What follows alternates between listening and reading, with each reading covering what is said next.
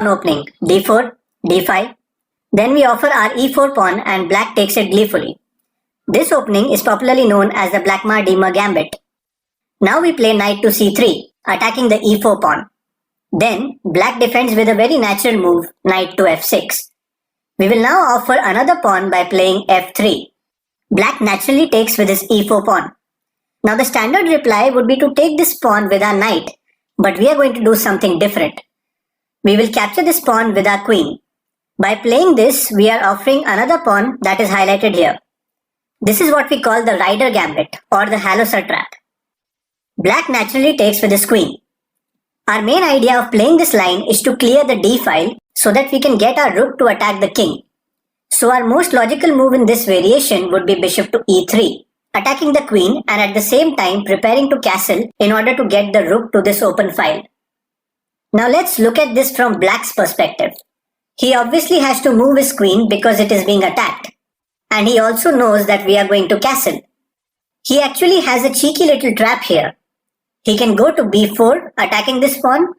And if we castle, although this pawn will be saved, but black can now play this cunning move, bishop to g4, skewing the queen and the rook. That would be trouble for you, right? Well, let's see. So black plays this natural move, queen to b4, trying to trap you. We know what he's going to do, so let's invite him. We simply castle on the queen's side. Black is on top of the moon thinking he has got you. But in reality, it's the other way around. If he goes ahead and plays bishop to g4, then he's gone. Let me show you how. After black moves his bishop, we are going to play this crushing move, knight to b5. If black gets overexcited and takes your queen, then knight to c7 is check and mate. Going back, if he tries to take your knight with his queen, then bishop captures queen and it's check to black. And after he blocks the check, you can save your queen and win the game easily. Going back, if he tries to free up some squares for the king to move and plays something like pawn to e5, then knight c7 check, black's only move is king to e7, then we can play queen takes b7. And if queen captures queen, then that's a blunder, because bishop to c5 is a beautiful checkmate. So going back, in this position, the most logical and common response you will see from black would be knight to a6, protecting the c7 pawn. But what we have done now is that by bringing the knight here, we have blocked this queen from defending this pawn.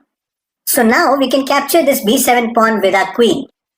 As you can see, we are double attacking this pawn and threatening to capture his queen through a discovered attack, just like this. So what can black do now? If he tries something like rook to b8, then we can simply capture the rook with our queen to give check. And after knight captures queen, knight to c7 is a beautiful checkmate. Going back, if black plays rook to c8, defending this pawn, then we can simply take the knight with our queen, and if bishop tries to take our rook like this, then queen to c8 is another checkmate. Going back again, if bishop straight away tries to exchange rooks by playing bishop d1, then queen captures rook, check, and after king moves, we can save our knight and then boss the game.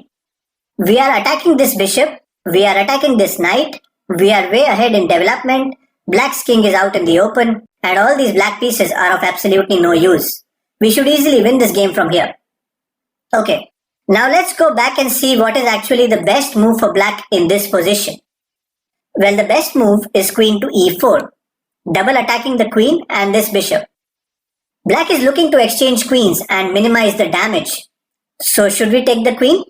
Absolutely not. We will go ahead and capture this knight and again threaten this weak c7 pawn. If black tries to capture the rook first, then we can simply take the bishop. And after rook d8 check, we can block with our bishop and we are significantly ahead in material. So bishop captures rook is not a good idea. Going back, so obviously black needs to capture the bishop with his queen to give check. We move our king to b1. Now black will have to do something about this pawn, so he plays queen to c5 to support it. Now again we play queen to b7 attacking the rook. If bishop captures rook, then queen takes rook check. King moves to d7, only possible move. And finally we need to do something about this checkmate threat, so we block with our knight like this. and at the same time we also attack his bishop. As you can see, white has a decisive advantage here. Black's pieces are sitting like mere spectators, they can't do anything. On the other hand, we have a lot of attacking options to pounce on this open king. We can bring out our bishop with tempo, our knight can jump to f3, and then our rook can also enjoy the show by taking shots at this lonely king. So all in all, this is a strong advantage for white. Now let's go back and see what happens if black plays rook to c8. Well, then we can take this a7 pawn with our knight. Now the bishop can't capture because then queen to c8 would be checkmate. So black plays bishop to f5, double attacking this c2 pawn. But now we can bring our bishop into action by playing bishop b5 check. The king can't move, and again if he blocks with the knight or the bishop, then queen to c8 is checkmate and it's game over. So let's go back and understand where black goes wrong. Let's look at this position. Although the most natural move here seems to be queen to b4, and I guess almost 90% of the players would play this, but the best move is a difficult move to spot, and that is queen to g4. Yes, black should look to exchange queens, and white should not allow him to do that, considering he is already 2 pawns down. From here, white should go back and continue with his development. This should be an even game from here. Yeah, maybe black has a slight advantage, but nevertheless, this trick is definitely worth trying out in your game.